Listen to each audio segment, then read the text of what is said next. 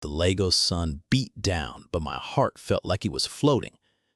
Amaka, just saying her name in my head brought a smile to my face. We had been together for 3 months and everything felt right. She was smart, beautiful, with a laugh that could make the traffic on Lekki Yepi Expressway feel like a gentle breeze. I truly believed she was the one. My mom even liked her, and that, in Nigeria, is half the battle won. The first time she spent the night at my place in Lekki Phase 1, the excitement was almost too much. We talked till late, ate some boli I bought from the street vendor. Everything was perfect. Almost. The next morning, after Amaka had left for her family house in Surulere, my mum walked into the living room, wrinkling her nose. Chidi, wouldn't be this smell? Did you forget to throw out the dustbin? I would checked. And no, the bin was empty. I would noticed it too, a subtle, almost musty smell that hung in the air, especially in my room. I dismissed it. Maybe it was something from outside, carried in by the wind, or just Lagos being Lagos. I did not want to think about it. Amaka was perfect. She had to be. How could something so beautiful carry such a strange, hidden scent? It was a fleeting thought, one I pushed deep down. My mind was too busy reliving our conversations, her smile, the way she made me feel. A few weeks later, I was finally going to her family home in Surulere. Amaka had always been a bit vague about it, saying it was busy. I took a bolt, navigating through the notorious Lagos traffic. The driver had to ask for directions twice, taking me deeper into a quieter, older part of Surulere.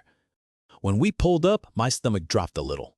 The house looked lived in, very lived in.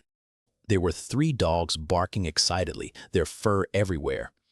As I stepped inside, the busy translated into a chaotic symphony of pet sounds and a powerful, almost overwhelming smell. It was a mix of uncleaned animal waste and something else, something stale and heavy. Amaka was there, smiling, beautiful as ever, but the contrast with her surroundings hit me. The living room was piled high with random items, dust bunnies the size of small rats hid in corners. Her fan, meant to bring relief in the Lagos heat, was choked with layers of thick, dark grime. I tried to ignore it to focus on her. Then I needed to use the bathroom. That is when it became truly unbearable. There were 2 litter trays, full to the brim, right there in the hallway. In the bathroom, another 3. The smell was so potent, so sickening, I had to hold my breath to brush my teeth. I gagged, trying to be silent, hoping she would not hear. My attraction, that burning fire for Amaka, flickered. A cold doubt began to creep in. The true test came a month later when we went on a 5-day trip to Ibadan, near the university. It was a proper heat wave. We were out, exploring the city, sweating buckets. I showered twice a day, sometimes even 3 times, just to feel clean. Amaka did not. Not once. For 5 days, we shared a small hotel room, a bed. She would wake up, maybe splash water on her face, and that was it. The subtle smell I would notice at my place, the powerful stench from her bathroom, it was now just her. And then, there was the vaping. Lying next to me in bed, windows closed, just the dusty hotel fan whirring, she would vape. The sweet, sickly smell mixing with everything else. My stomach churned. Every night I would pull the covers up to my chin, trying to create a barrier. My mind screamed at me. How could I say something? How do you tell the woman you love, the woman you thought was your future, that she smells? That her personal hygiene was lacking? It felt impossible, humiliating, a Nigerian even.